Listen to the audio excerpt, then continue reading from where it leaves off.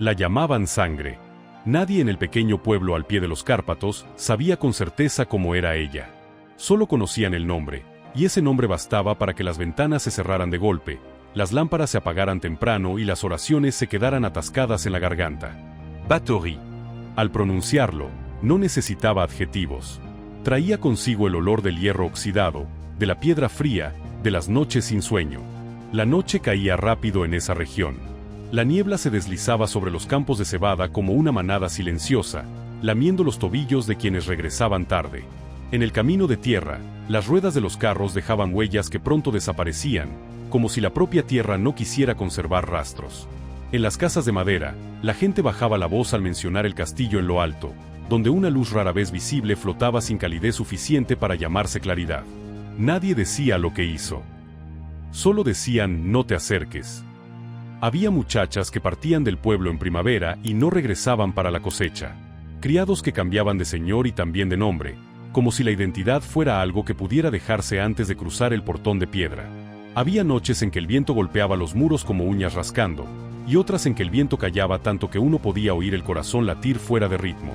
El nombre Erzsébet Bathory se adelantaba a la persona. Se adelantaba incluso a la verdad. Corría más rápido que las noticias, era más afilado que una hoja, y se adhería a la memoria como una mancha imposible de borrar. Los niños aprendían a temerlo antes de aprender a deletrear. Los adultos lo usaban para cerrar una conversación. Basta. En la taberna, las historias se contaban en susurros. Cada relato carecía de la mitad, pero la mitad restante pesaba lo suficiente como para hacer caer el silencio sobre la mesa. Nadie coincidía en los detalles, solo en la sensación: algo había superado las palabras. Y cuando las palabras fallan, la leyenda entra en escena, vestida con el sombrero de la verdad. En la colina, el castillo permanecía allí, inmóvil, sin explicaciones. La piedra absorbía la noche. Las ventanas eran como ojos que no parpadean. Si hubo sangre, se había secado hacía tiempo. Si hubo culpa, se había contado tantas veces que ya no conservaba forma. Lo único que quedaba era la fama, esa que vive más que quien la carga. Y así, antes de que ella apareciera, si es que alguna vez apareció, ya estaba definida. No por un rostro, no por una voz, por el miedo. Un miedo que se transmite de mano en mano, de boca en boca, de generación en generación. Tal vez así nacen los monstruos. No de los actos, sino de un nombre susurrado durante demasiado tiempo en la noche. Si quieres abrir esta puerta, donde el rumor va delante de la verdad, donde la historia elige la forma más fácil de contarse, quédate. Y si las historias ocultas tras muros de piedra te invitan a seguir, tu apoyo ayudará a mantener encendida la hoguera en la noche. Suscríbete, comparte y deja que este susurro no se apague. La noche no llega de golpe a Achtice. Se derrama, desde el bosque, desde la piedra, desde las grietas que la luz del día olvida. Cuando la luna asciende, el castillo aparece como un enorme hueso varado en la cima de la colina, blanco grisáceo, silencioso, respirando a su manera. El viento atraviesa los muros de piedra, sin aroma de flores, sino con el frío del tiempo, el olor del hierro viejo, de la humedad que no se ha secado desde otro siglo. Nadie dice que el castillo esté despierto. Dicen que no duerme. Las luces rara vez se apagan del todo. Una llama cansada cuelga en una ventana alta, oscilando como un ojo que se resiste a parpadear. Esa luz no cae al patio, se detiene en el borde de la piedra, como temiendo tocar la oscuridad que se acumula abajo. Desde el pueblo, el castillo no brilla, observa. Cada noche hay sonidos. No fuertes, no claros. Solo lo suficiente para hacer que alguien se detenga a mitad de una tarea. A veces es el roce leve del metal, como si alguien apoyara algo y luego cambiara de idea, levantándolo de nuevo. A veces es el goteo constante del agua, ni rápido ni lento, como un conteo. Y hay noches en que el viento cambia de dirección de repente, golpeando las rendijas en una breve secuencia. 3 golpes, y luego silencio. El guardia dice que es el viento. Los criados dicen que son ratas. El pueblo niega con la cabeza. El viento no sabe contar. Las ratas no esperan a que la noche sea más profunda para correr. En los corredores de piedra, los pasos resuenan más de lo normal. Un solo paso puede recorrer toda una vida antes de apagarse. Los muros retienen el sonido y lo devuelven tarde, deformado, como si pusieran a prueba al oyente. ¿Está seguro de haber oído eso? En la escalera de caracol, los susurros se acumulan como espuma, no forman palabras, pero erizan la piel. Nadie afirma que ocurra algo allí. Tampoco nadie se atreve a decir que no. Hay noches en que el viento se detiene. Ese silencio no es paz, se espesa, como el hielo. El vigilante nocturno permanece en el patio, la mano en la empuñadura de la espada, no por miedo a intrusos, sino por la sensación de ser observado desde atrás. Al girarse, solo hay piedra. La piedra siempre gana el juego de las miradas. En el ala norte, hay una puerta que suele estar cerrada. Nadie recuerda desde cuándo. La llave cuelga de un gancho, brilla al paso de la luz, fría y limpia, como si jamás se hubiera usado. Detrás de esa puerta no hay sonido, y eso es lo inquietante, porque la noche en Achtice rara vez es tan silenciosa. El castillo guarda secretos a la manera de la piedra, no miente, pero tampoco dice la verdad. Simplemente está ahí, reuniendo fragmentos de la noche, una respiración agitada, un ruido leve, un vacío, y ordenándolos en una forma que el día no reconoce. De día, todo parece normal, escalones, barandales, el pozo. De noche, cada cosa recuerda lo que fue. Arriba, la luna se desliza entre nubes. Una luz fina cae sobre el muro oriental y revela manchas irregulares. Tal vez sea musgo. Tal vez agua vieja. Nadie se acerca lo suficiente para distinguir. Y quizá no haga falta. En este lugar, la duda es lo que más perdura. Cuando canta el primer gallo, el castillo no suspira aliviado. No lo necesita. El día es solo una pausa entre dos capas de noche. Lo que la noche reúne, sonidos, miradas, vacíos, se guarda con cuidado, a la espera. Porque Achtice no duerme. Recuerda. La sangre de los Báthory no se cuenta con voz cálida. No corre por el árbol genealógico como tinta ordenada, sino como una mancha oscura que se extiende sobre la piedra fría, penetra hondo y nunca desaparece. Desde muy pequeña, Erzsébet vivió entre muros que sabían guardar secretos, donde el poder no necesitaba explicación y la violencia no requería justificación. En los grandes salones familiares, el escudo de los Báthory colgaba alto, rojo oscuro, como recién sumergido en algo pesado y húmedo. Los adultos hablaban de política en voz baja, pero sin ocultarse. A los niños se les permitía escuchar, y esa era la primera lección. Allí nadie protegía la infancia. Nadie creía en la inocencia. La inocencia se consideraba una debilidad peligrosa. Erzsébet creció entre banquetes interminables, con vino rojo desbordando las copas y conversaciones sobre traiciones, alianzas y muertes necesarias. Algunas noches, la risa estallaba justo después de que se leyera una noticia de ejecución, como si la muerte de una persona fuera un detalle menor para que la fiesta continuara. Los hombres hablaban de la guerra como del clima. Las mujeres escuchaban, memorizaban y aprendían a no mostrar nada en el rostro.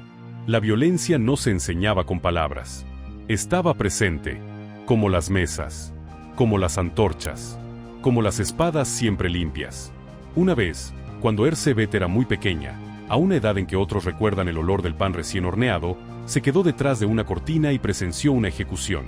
Nadie intentó cubrirle los ojos. Nadie la apartó. No fue crueldad deliberada, fue costumbre. Un hombre atado, de rodillas sobre tierra húmeda, las súplicas rompiéndose en el aire. La espada cayó. La sangre saltó, caliente y real, distinta de cualquier relato. Erzsébet no lloró. Solo se quedó allí, la mano pequeña aferrada a la tela, sintiendo que algo quedaba grabado en su memoria, afilado, frío, imposible de arrancar. Desde entonces, el olor del hierro dejó de ser extraño. Se volvió parte del mundo, como el humo, el cuero, la piedra húmeda. La violencia dejó de ser un suceso. Se convirtió en lenguaje, el primer lenguaje con el que la familia hablaba consigo misma y con los de afuera. Los Báthory eran poderosos, pero ese poder no era limpio. Los matrimonios se arreglaban para conservar tierras, autoridad y la sangre dentro del círculo.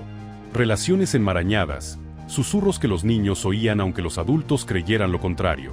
Erzsébet entendió pronto que en su linaje los límites no siempre eran claros. Había cosas aceptables si servían para mantener el poder. Aprendió a observar antes de reaccionar. En las largas comidas, miraba cómo los adultos colocaban los cubiertos, cómo hacían una breve pausa antes de decir algo importante, cómo cambiaba la mirada al mencionar ciertos nombres.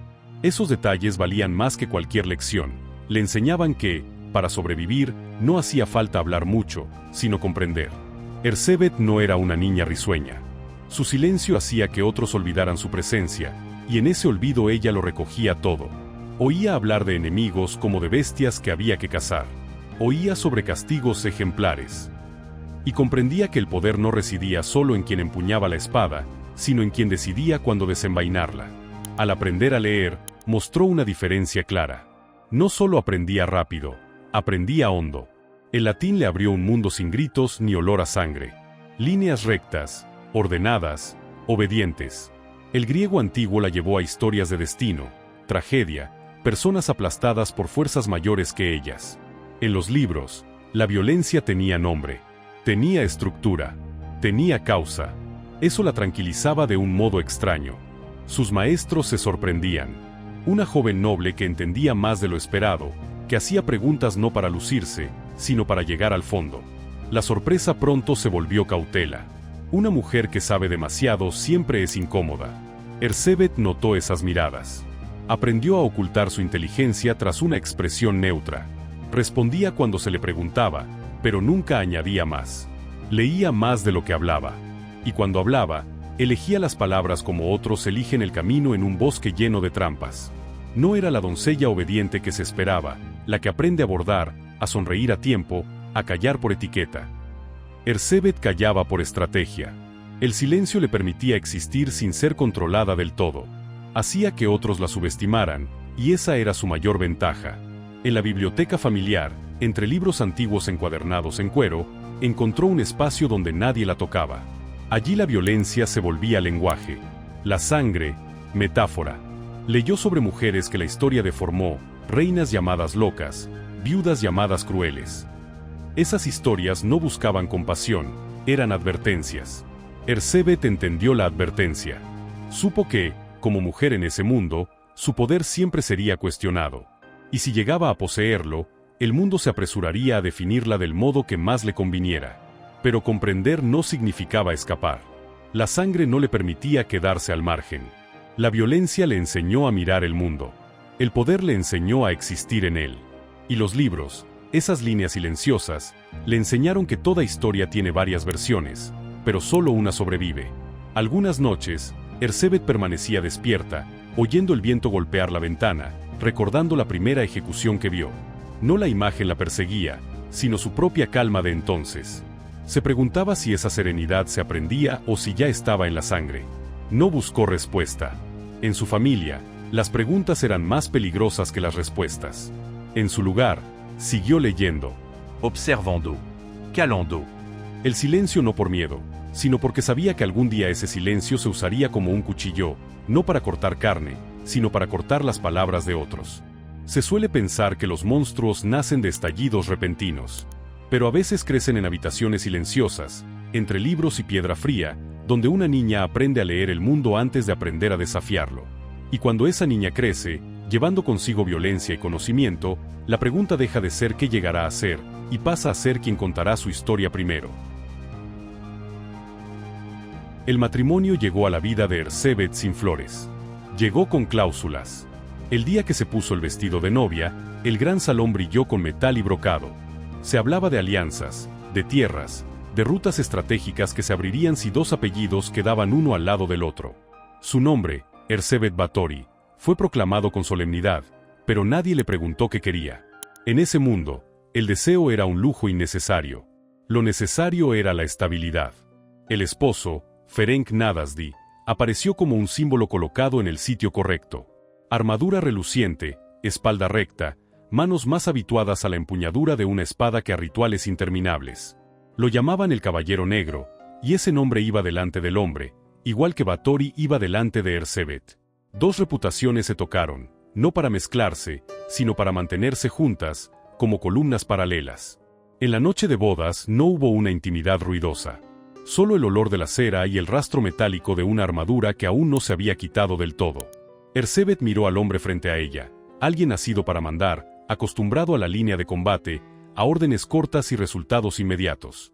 Él la miró como se mira una fortaleza, firme, necesaria de conservar y necesaria de comprender. Se entendieron en ese frío acuerdo. Lo suficiente como para no preguntar más. La guerra llamó a Ferenc pronto. No pidió permiso. Las tropas cruzaron caminos levantando polvo y promesas de victoria. Ferenc dejó el castillo con el paso de quien sabe que volverá, o no. Erzsébet se quedó en los escalones, viendo cómo la espalda armada se empequeñecía, y entendió algo simple: la ausencia también es una forma de poder. El castillo no quedó vacío cuando él se fue. Cambió de manos. Sellos, llaves, listas de impuestos, órdenes diarias. Todo fluyó hacia el escritorio de Erzsébet como el agua busca el punto más bajo. No necesitó proclamarse. Simplemente hizo. Y todos se acostumbraron muy rápido. Se acostumbraron a su voz serena, a su mirada que no parpadeaba al firmar, a decisiones tomadas sin golpes sobre la mesa. En las cartas que llegaban del frente, Ferenc escribía poco. Hablaba de territorios tomados, de prisioneros, de castigos necesarios para mantener el orden. Erzsébet leía sin sorpresa. Ese lenguaje lo conocía desde niña. A veces él añadía una línea más, una sugerencia, un método, como si enviara a casa fragmentos de la guerra para que el castillo aprendiera. Erzsébet doblaba la carta y la guardaba. No necesitaba aprender. Ella ya sabía. Su poder no era ruidoso. Vivía en horarios que se cumplían, en graneros llenos, en sirvientes que sabían cuándo bajar la cabeza y cuándo hablar. Vivía en mañanas sin discusiones y noches sin sobresaltos. El castillo funcionaba como un cuerpo que conoce su propio ritmo, y Erzsébet era ese ritmo. Y dentro de ese orden, los límites empezaron a borrarse. Los castigos existían antes que ella. Eran parte del sistema, como los cerrojos o los libros de cuentas. Si un sirviente era perezoso, había látigo. Siro Baba, encierro. Si mentía, ayuno. Nadie lo llamaba maltrato. Lo llamaban disciplina. La disciplina mantenía el castillo en pie. La disciplina impedía que el mundo se deslizara fuera de las manos. Erzsébet no inventó esos castigos. Los afinó. Observó que funcionaba. Que devolvía el orden más rápido. Que no dejaba marcas que interrumpieran el trabajo del día siguiente. Para ella, el cuerpo, sobre todo el cuerpo de quienes estaban por debajo, era un medio. Recuerda el dolor. Apprendre rapido. Obedece. Pero el cuerpo de una mujer no es mirado igual que el de un hombre. Carga prejuicios, miedos y susurros. Cuando una mujer ordena, la orden suena distinta. Cuando una mujer castiga, la acción se ve distinta. Erzsébet lo sabía. Lo calculaba. Y tal vez ese cálculo volvía todo más filoso. Hubo mañanas en que llamaban a una criada. Nadie sabía por qué. La puerta se cerraba. Dentro, la voz de Erzsébet era baja y pareja.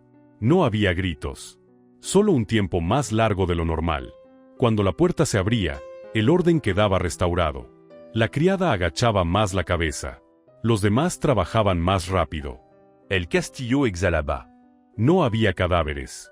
No había sangre en la piedra, al menos, nadie la veía.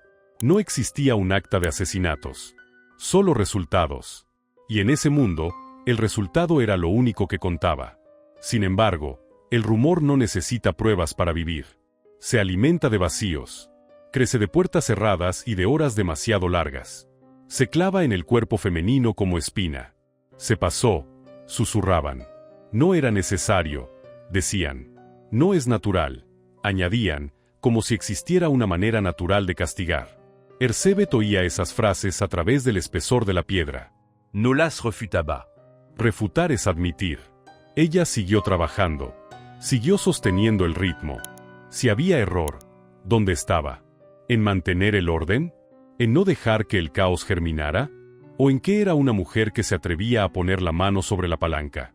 Cuando Ferenc regresaba, el castillo cambiaba de pulso. La risa masculina sonaba más fuerte. Se servía más vino. Los relatos del frente invadían el salón. Erzsébet escuchaba y hacía preguntas breves, exactas. Ferenc hablaba de castigos allá afuera, rápidos, toscos, eficaces. Erzsébet no se oponía. Solo advertía la diferencia. El campo de batalla permite que la crueldad se muestre, el castillo exige que se esconda. A veces Ferenc la miraba con una mezcla de orgullo y extrañeza. Sabía que ella mantenía el castillo en pie. También sabía que había cosas tras ciertas puertas que él no preguntaba. Entre los dos existía un pacto sin palabras, no tocar los métodos del otro. La guerra era de él. El castillo era de ella. El cuerpo de las mujeres dentro del castillo se volvió una superficie donde se escribía el orden. Las heridas, si existían, quedaban bajo la tela. Las gotas, si caían, se secaban antes de volverse marca. No había ceremonia. No había público. Solo repetición, hasta que la costumbre reemplazó a la pregunta. Y ahí es donde la moral empezó a deslizarse. No con una caída, sino con pasos cortos.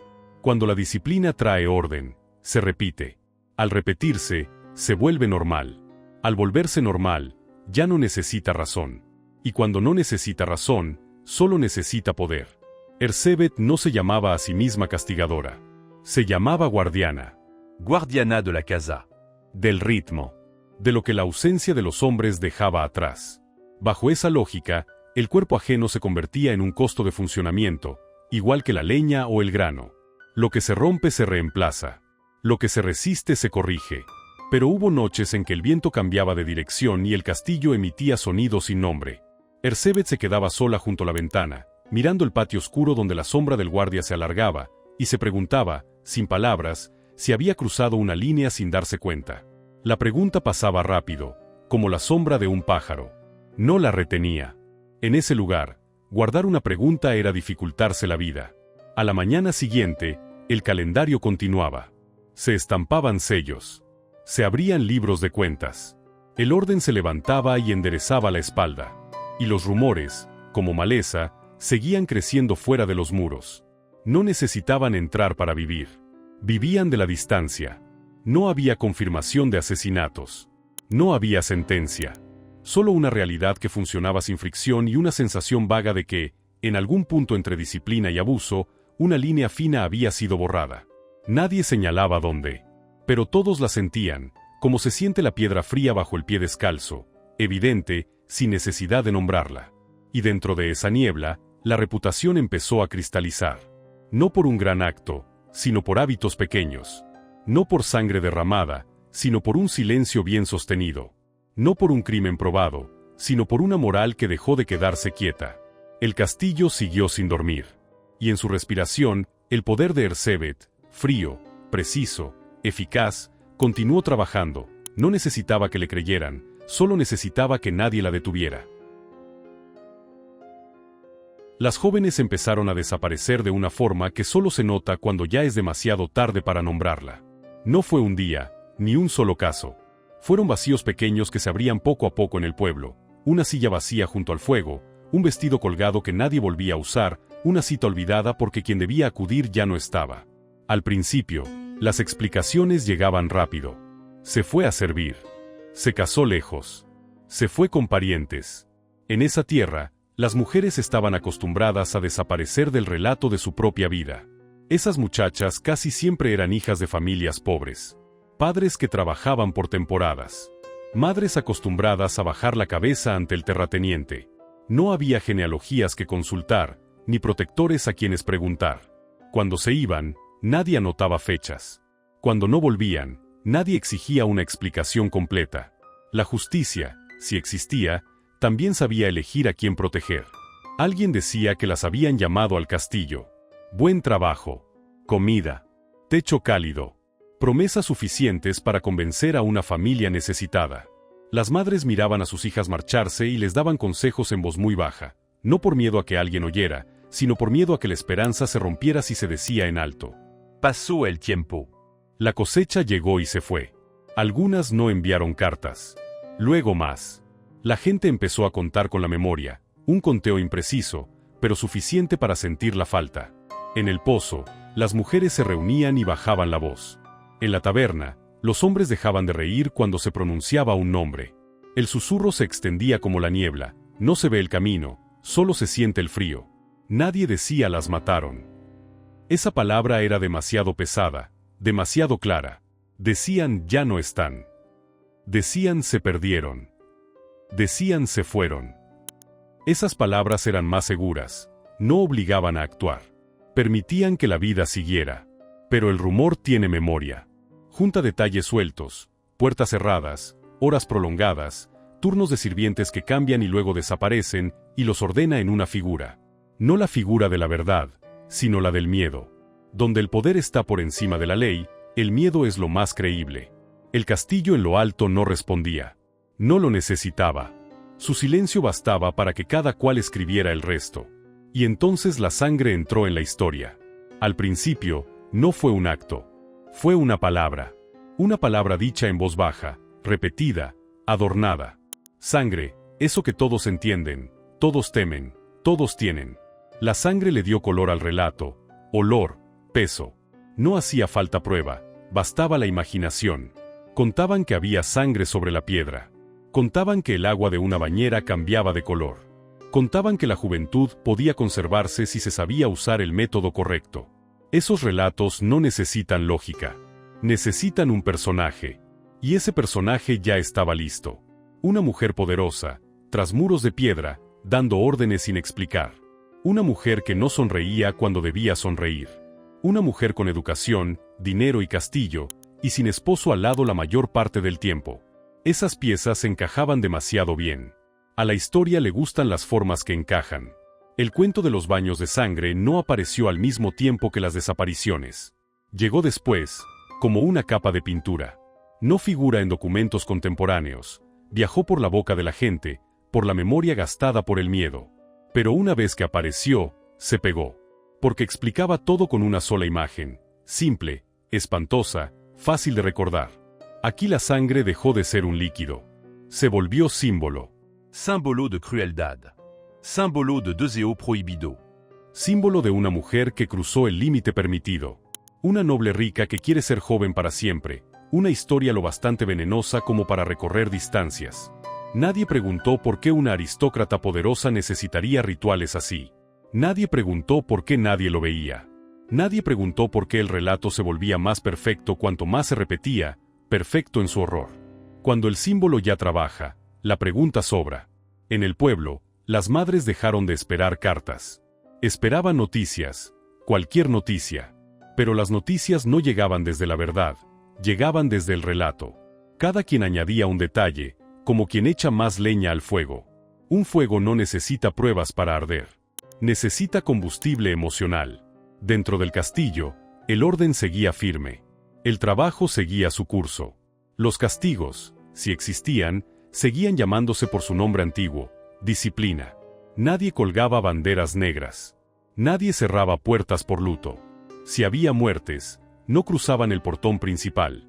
Si había sangre, no estaba donde se mira. Y esa normalidad volvía el rumor más creíble. Porque, en la imaginación colectiva, el mal no es ruidoso. Es ordenado. El cuento de los baños de sangre cruzó aldeas como una oración al revés. Se les contaba a los niños para asustarlos y hacerlos dormir. Se les contaba a los adultos para explicar la impotencia. Se les contaba a las autoridades como invitación a intervenir, porque si no intervenían, alguien les preguntaría por qué. Y en el centro de todo, estaba el silencio de la mujer de la que se hablaba. Sin defensa, sin negación, sin réplica. Ese silencio podía ser estrategia, podía ser desprecio, podía ser que no se le permitiera hablar. Pero para la multitud, el silencio tenía un solo significado, culpa esperando un nombre. La sangre, cuando se vuelve símbolo, no necesita correr. Solo necesita que se crea que corrió. Y cuando se cree, trabaja más rápido que cualquier verdad. ¿Quién necesitaba que ella fuera un monstruo? Las familias que perdían hijas necesitaban un motivo para que el dolor no fuera inútil. Los pueblos olvidados necesitaban un cuento que explicara por qué la justicia no llegaba. Los hombres del poder necesitaban un ejemplo para tranquilizarse. Si el mal existe, es una excepción, es una persona, es una mujer. Y la historia siempre necesita relatos fáciles de contar. Un monstruo femenino resuelve muchas cosas a la vez. Encierra el miedo en una sola figura. Permite que el sistema quede afuera, con las manos limpias. Convierte a muchachas sin nombre en piezas de una leyenda, y luego esa misma leyenda se las traga por segunda vez. En Achtice, la noche seguía cayendo. El castillo seguía sin dormir. La sangre, real o imaginada, se secó en la narración. Lo que quedó fue un silencio cada vez más espeso, tan pesado que todos cargaban una parte. Y en ese silencio, flotaba la pregunta como olor a hierro. No es qué hizo ella, sino quién necesitaba que lo hubiera hecho.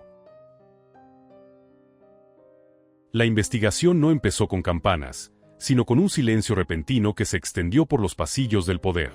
No hubo comunicado. No se leyó una acusación en la plaza. No se fijó una fecha de juicio para que el pueblo acudiera. Solo puertas que se cerraban más temprano, caballos que salían de noche y reuniones que ocurrían donde la luz no alcanzaba la mesa. El nombre de Erzsébet Báthory no se gritó en público. Se escribió con tinta negra en notas sin título, entre números y sellos. Investigación, lo llamaron. Pero una investigación así no necesita claridad, necesita control. Quienes llegaron a HTC no traían tambores. Traían autoridad. Entraron al castillo como si ya lo conocieran, sin mirar demasiado, sin preguntar de más. Sabían para qué venían y, más importante, sabían que no hacía falta escucharla. Nadie invitó oficialmente a Erzsébet ante un consejo. Nadie le preguntó si se declaraba culpable o no. Su ausencia dentro del proceso que decidiría su destino era un detalle pequeño, pero pesado. Convertía todo en hecho consumado. Cuando alguien no puede hablar, otros llenan el vacío muy rápido. Llamaron a testigos, uno por uno. No a la plaza, sino a habitaciones cerradas, con muros gruesos. Allí las preguntas se hacían con voz pareja, como si se revisara inventario. ¿Qué viste? ¿Cuándo? ¿Quién estaba? La primera respuesta solía vacilar. La segunda empezaba a fluir. Para la tercera, el relato ya tenía forma. No todos decían lo mismo. Pero no importaba. Importaba que hablaran en la dirección correcta. Hubo sirvientes que temblaban al entrar. Miraban el suelo, donde la piedra fría adormecía los pies. Recordaban puertas cerradas, horas largas, castigos llamados disciplina. También recordaban el miedo, un miedo que había vivido tanto dentro de ellos que ya no distinguían entre recuerdo e imaginación. Cuando el interrogador inclinaba la cabeza, cuando bajaba la voz, cuando repetía la pregunta, la memoria buscaba un camino seguro. Hubo respuestas entre lágrimas. Hubo respuestas después de silencios largos. Y hubo respuestas que llegaron luego de que el silencio se rompiera por medios que no quedaban escritos en el acta. El dolor ablanda la memoria. Dobla una historia hasta la forma esperada. Los testimonios empezaron a contradecirse, en cifras, en fechas, en métodos. Pero la contradicción no debilitó el caso, lo volvió más abundante. Cada contradicción ofrecía un detalle seleccionable. La verdad, en manos expertas, es arcilla. Alguien dijo haber visto sangre. Alguien dijo haber oído gritos. Alguien dijo que simplemente sabía que pasaba algo. Nadie aportó un cuadro completo. Pero el cuadro no necesitaba completarse, necesitaba parecer creíble. Y creíble en ese momento significaba coincidir con la historia que ya circulaba. Erzsébet no estaba allí para escucharlo. No tuvo ocasión de preguntar. No tuvo derecho a confrontar. No tuvo el instante de ponerse de pie y decir, esto no es cierto. En los documentos, existía como una sombra, lo bastante nítida para dar miedo, lo bastante borrosa para que no hiciera falta refutarla.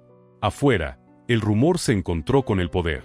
Y cuando se tocan, se vuelven conclusión. La decisión no llegó con un martillo. Llegó escrita con sobriedad, como medida administrativa. Sin ejecución. Sin juicio público. Sin sacudir el orden. Solo había que apartarla. Encerraron a Erzsébet dentro de su propio espacio. No en una mazmorra bajo tierra. No con cadenas en la plaza. En una habitación del castillo, modificada hasta dejar de ser habitación. Puerta tapiada. Ventana reducida. La luz entraba como un favor que gotea. Nadie anunció su muerte. Pero tampoco nadie volvió a verla viva. Al principio, hubo sonidos. Una silla movida. Un paso. Después, cada vez menos, hasta que no quedó nada que escuchar. El castillo estaba acostumbrado a tragarse el ruido. Lo hacía demasiado bien. Y el relato siguió corriendo más rápido que los hechos. Ahora tenía el sello del poder. Ya no era un susurro, era la versión oficial. Los sirvientes habían hablado. La investigación estaba cerrada. La justicia, a su modo, había sido aplicada. Nadie preguntó por qué un caso tan grande no necesitaba juicio. Nadie preguntó por qué una mujer tan poderosa no podía abrir la boca. Eran preguntas incómodas. Amenazaban la paz frágil recién alcanzada, la paz de haber encontrado a alguien que cargara con la culpa. En la habitación sellada, Erzsébet vivió entre vacíos. El día y la noche pasaban sin marcas. La comida entraba por una rendija. Las palabras no tenían destinatario. El silencio se volvió compañía, no discutía, no consolaba. Solo estaba. Algunos decían que enloqueció. Otros, que rezaba. Otros, que no hacía nada, que solo se sentaba. Nadie estaba seguro. Nadie entraba a comprobarlo. La ambigüedad era la última pieza del castigo. De vez en cuando, alguien se quedaba fuera de la puerta, escuchando. No para oír una confesión, sino para confirmar que no había nada que oír. Eso era importante, demostraba que la decisión había sido correcta. Un culpable grita. Alguien que calla, o ya fue quebrada, o nunca tuvo permiso de hablar. El tiempo hizo el resto. Pulió recuerdos. Suavizó los bordes de la pregunta. Dejó una imagen fácil de sostener, un monstruo encerrado, el orden restaurado. Pero tras muros de piedra, el silencio no es vacío. Contiene frases que no se dijeron, verdades que no se confrontaron, hechos que no alcanzaron a tomar forma antes de ser moldeados en otra. Ese silencio, denso y pesado, se volvió la herencia final. No hubo sentencia leída en voz alta. No hubo últimas palabras. No hubo oportunidad de que la historia escuchara otra voz. Solo una habitación cerrada y un relato abierto afuera, creciendo sin fin. Así, el juicio terminó sin haber empezado. Sin acusada. Sin debate. Sin verdad completa. Solo una conclusión, lo bastante firme para tranquilizar, lo bastante borrosa para que nadie cargara con responsabilidades adicionales. En Achtice, el castillo siguió sin dormir. Pero en algún punto de sus muros, hubo un lugar donde la voz quedó apagada para siempre. Los últimos días no tenían calendario. Nadie anotó cómo empezaba la mañana en aquella habitación sellada. La luz, si la había, era solo una franja delgada que se colaba por una rendija, suficiente para distinguir el día de la noche, insuficiente para darle nombre al tiempo. Dejaban la comida y retiraban la mano. A veces el plato se enfriaba antes de que alguien lo tocara. A veces los cuencos volvían completamente limpios. Desde afuera, esas señales no significaban nada. Por dentro, eran respiración. Algunos decían que ella escribía. Que en el silencio, Erzsébet Báthory buscaba un trozo de carbón y trazaba líneas breves sobre un pedazo de papel, no para justificarse, sino para conservar el orden dentro de sí. Si esas palabras existieron, seguramente no eran hermosas. Debían ser cortas, firmes, como órdenes. Tal vez anotaba fechas. Tal vez nombres. Tal vez solo dibujaba líneas rectas para demostrar que su mano aún obedecía. Otros decían que no escribió nada. Que dentro de la habitación lo habían retirado todo. Papel, tinta, incluso el cuchillo para cortar velas, como si temieran que las palabras echaran raíces. Que ella se sentaba allí, espalda recta, ojos abiertos, sin rezar, sin quejarse. El silencio no era porque no hubiera nada que decir, sino porque ya no quedaba nadie para escuchar. ¿Estaba loca o lúcida? Esa pregunta se repetía afuera como un juego de adivinanzas. Pero dentro de la habitación, quizá ya no significaba nada. ¿Qué es la locura cuando el mundo ya decidió tu historia? ¿Qué es la lucidez cuando toda palabra se considera un truco? Allí, la frontera entre estar cuerda y estar perdida podía ser tan fina como la rendija de luz, lo justo para que otros miraran y decidieran por ti. Algunas noches el viento cambiaba de dirección. Se colaba entre las piedras y traía un sonido mínimo, no un llamado, sino una memoria. La memoria de los pasillos, de los horarios, de los sellos puestos en su lugar. La memoria de llevar el pulso de un cuerpo más grande que uno mismo. El poder, cuando te lo quitan, no desaparece, cambia de forma y se vuelve un hábito doloroso. Nadie sabe qué pensaba ella al oír pasos detrás de la puerta. Nadie sabe si esperaba algo. ¿Esperar qué? ¿Una pregunta? ¿Una sentencia? ¿Una muerte clara? ¿O solo la continuidad del silencio, lo único que aún obedecía reglas? El tiempo hizo la parte más cruel. Enfrió las preguntas. Hizo que quienes temblaban al susurrar su nombre se acostumbraran a no nombrarlo. Acostumbrarse es una forma barata de perdón, para quien cuenta, no para quien es contada. Y cuando la muerte llegó, si es que llegó, no necesitó ceremonia. Sin campanas. Sin multitud. Sin elegía. Bastó una nota para cerrar el libro. La habitación se abrió, o no. El castillo siguió respirando, como si nunca hubiera guardado un silencio tan largo.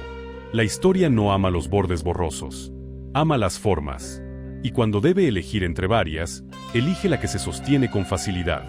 Una mujer poderosa es una figura incómoda. Ese poder exige explicación, y la explicación más rápida suele ser moralizarla. Si fue cruel, el mundo descansa. Si fue monstruosa, el sistema se lava las manos. Una noble rica, y además mujer, es un blanco perfecto, lo bastante alta para cargar con la culpa, lo bastante sola para no responder. Las muchachas pobres necesitan una explicación para su ausencia. Los pueblos necesitan un relato para resistir. La autoridad necesita un cierre que no sacuda el orden. Y la multitud necesita una imagen a la que temer, un miedo con domicilio, para no temerle al modo en que funciona el mundo. Entonces la leyenda sube al escenario. Es compacta. Tiene color. Tiene sangre, aunque no haga falta que corra. Tiene juventud, aunque nadie pueda medirla. Tiene a una mujer en el centro, aunque a esa mujer le hayan quitado la voz.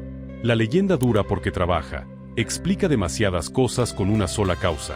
La verdad, si existe, es más complicada. Mezcla la violencia de la época con la violencia de una persona. Mezcla disciplina con abuso, poder con costumbre, rumor con expediente. La verdad exige confrontación, luz y oír varias voces. La historia rara vez tiene esa paciencia. Y así, gana la versión fácil de contar. En esa versión, Erzsébet no necesita hablar. Hablan por ella. Hablan los sirvientes. Habla el rumor. Habla el acta. Habla la multitud. Cada voz añade un trazo, hasta que el rostro queda completo, lo bastante aterrador como para colgarlo en la pared del tiempo. Tal vez haya detalles que no encajan. Fechas que se deslizan. Números que se hinchan. Declaraciones que cambian de dirección. Pero esos fallos no rompen el relato, lo hacen más vivo. La leyenda no necesita consistencia. Necesita ser contada. Hoy, cuando la gente menciona ese nombre, casi siempre lo menciona con sangre. Lo dicen rápido. Lo dicen como advertencia. Pocos se detienen a preguntar, ¿qué convirtió a una mujer en un símbolo tan necesario? ¿A quién le conviene que todas las preguntas terminen en un solo nombre? Hay castillos construidos para defender. Y hay historias construidas para proteger. Proteger al sistema, proteger la impotencia, proteger la violencia cotidiana que no tiene nombre. Cuando todo se deposita en un monstruo, el resto del mundo puede dormir tranquilo. Pero Achtice no duerme. Está allí, piedra fría, guardando los huecos que el relato deja fuera. No absuelve. No accusa. Solo recuerda, a la manera de la piedra. Y si queda una última pregunta, no es si ella fue culpable o no. Esa pregunta ya se usó demasiado tiempo. La pregunta que queda es, ¿qué necesitamos de esta historia? ¿Un monstruo al que temer o un espejo en el que mirarnos? Porque a veces el monstruo no nace de un acto, sino de una necesidad de contar. Y a veces la víctima no es quien muere, sino la verdad, encerrada, sin ventana ni defensa, en la habitación de la historia. La historia cierra la puerta. La leyenda la abre. Y el nombre, que fue delante de la persona, sigue caminando más lejos que la muerte. El castillo de Achtice no se derrumbó cuando la historia terminó. Fue abandonado. Los escalones de piedra donde antes resonaban botas de guardia ahora tienen musgo. Los muros se agrietan, no por golpes, sino porque el tiempo abre la boca lentamente. El viento cruza los marcos vacíos y deja un silbido largo, como una pregunta sin respuesta. La noche llega puntualmente. Y el castillo, como siempre, no duerme. Ya no quedan rastros de sangre. Si alguna vez los hubo, se secaron hace mucho. La lluvia los lavó, el hielo los limó, el sol los fue borrando hasta que no quedó nada que señalar. La piedra no conserva acusaciones.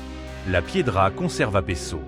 El peso de los años inmóviles, de pasos que no regresan, de historias repetidas tantas veces que pierden su forma original. Hoy la gente viene como quien visita una ruina. Toma fotos, susurra, repite la versión que escuchó. Pocos se quedan mucho tiempo. Pocos apoyan la mano en la piedra lo suficiente como para sentir el frío subir por la piel. Un frío que no viene del clima, sino de los vacíos. La sangre ya no está. Pero la historia, sí, vive más que cualquier prueba. Se pega al nombre, viaja de un libro a una boca, de un miedo a otro. Cambia de color según la época, añade o recorta detalles según lo que se necesita contar. Y cada vez que se repite, se aleja un paso más de la verdad, pero se acerca a lo que los humanos buscan, una forma en la que depositar su inquietud. Hay monstruos que nacen, y hay monstruos que la historia fabrica. Entre esas dos posibilidades, Achtice permanece inmóvil. No defiende, no condena. Solo guarda algo que ninguna leyenda puede guardar, un silencio intacto. El silencio de la piedra, de las preguntas que nunca se hicieron bien, de una vida a la que le prestaron voz hasta que se quedó sin la suya. Si hay una maldición en este lugar, no es la sangre.